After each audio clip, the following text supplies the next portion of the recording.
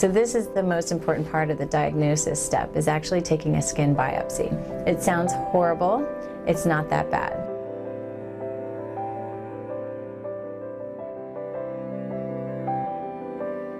Skin cancer is diagnosed in several ways. First of all, we need to detect it. So really, first of all, you can help diagnose it by detecting anything new on your skin or anything that's changing. That helps a lot.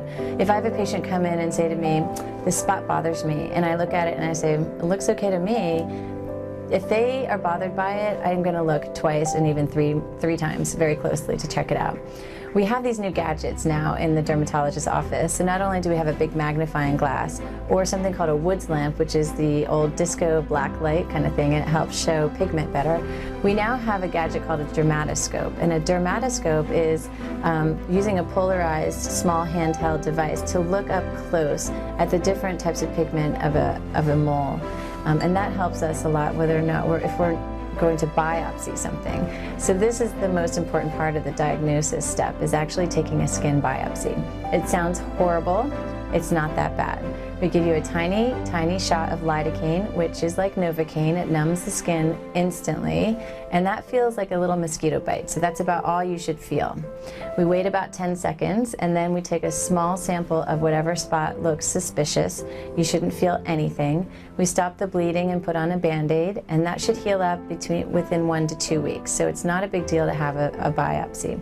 We send that to a histopathology laboratory where they look under the microscope and look at the architecture of the cells and tell you whether or not those are abnormal or normal cells. That process can take 2 days up to 2 weeks if they need to do special stains. So you should have your diagnosis within 1 to 2 weeks of having had your biopsy. If it is a skin cancer, there are different ways to remove it. Usually, if it's on an important area of the body, and if it's a basal cell cancer or a squamous cell cancer, we do a technique that I specialize in called Mohs surgery. M-O-H-S is the name of the guy who invented the surgery, okay? And this is a way of doing almost a fancy biopsy while you wait. We remove the spot, we make a map out of it, bring it into the laboratory, and we check 100% of those margins. Imagine peeling an orange. We're looking at 100% of the margin of that tissue to be sure that the skin cancer doesn't have any roots that are left behind. If there are roots, we take a second little stage of surgery, same process, check it under the microscope. So you're waiting around for a couple hours for the day, but you know that your skin cancer is out. And then we sew it up in what's called reconstructive surgery. This is all done under local lidocaine. It's extremely safe.